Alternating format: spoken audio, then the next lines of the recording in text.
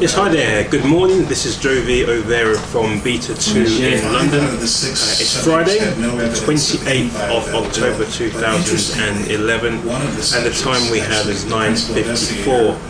So, naturally, I think everybody is aware the EU came up with a plan to bail out Greece, essentially.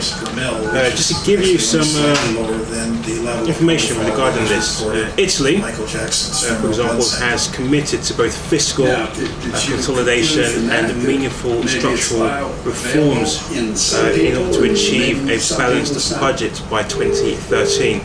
Now, this includes the widely unpopular legislation to increase the retirement age to 67 from 65 by 2026. In Greece, they're going to have a full-time on-the-ground monitoring team from the EU, the IMF and the ECB, and they will be stationed in Athens. Now, this is to ensure the implementation of the following reforms. That's to make sure that on Greek debt haircuts, private bondholders have agreed to a voluntary bond exchange equivalent to 50%, and that's to enable a reduction in government debt to GDP of 120% by 2020. For the EFSF, two complementary approaches, the provisions of credit enhancements for new issuances by member states, and also additional funding from private and public institutions and investors. The EFSF is to be leveraged 4 or 5 times to boost the firepower of the EFSF to over €1 trillion. Regarding recapitalisation, the bank's capital ratio is to be raised to 9% by mid-2012, and that's meaning that up to 70 banks may need collectively to raise €106 billion with the government to supply guarantees to prevent significant deleveraging.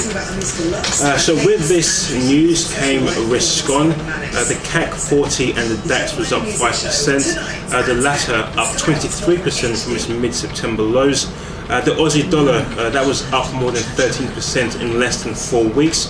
Copper, for example, was also up 15% in just a week.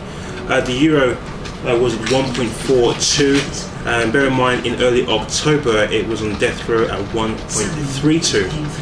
In the US, joy all around with GDP up 2.5%. The S&P was up 5.2%, and that was led by the bank Citigroup, was up 8.5%, JP Morgan 7.1%, BOA 7.1%, and Morgan at 11.5%. In the UK, we had 3 MPC members who offered significant downbeat views on the UK economy.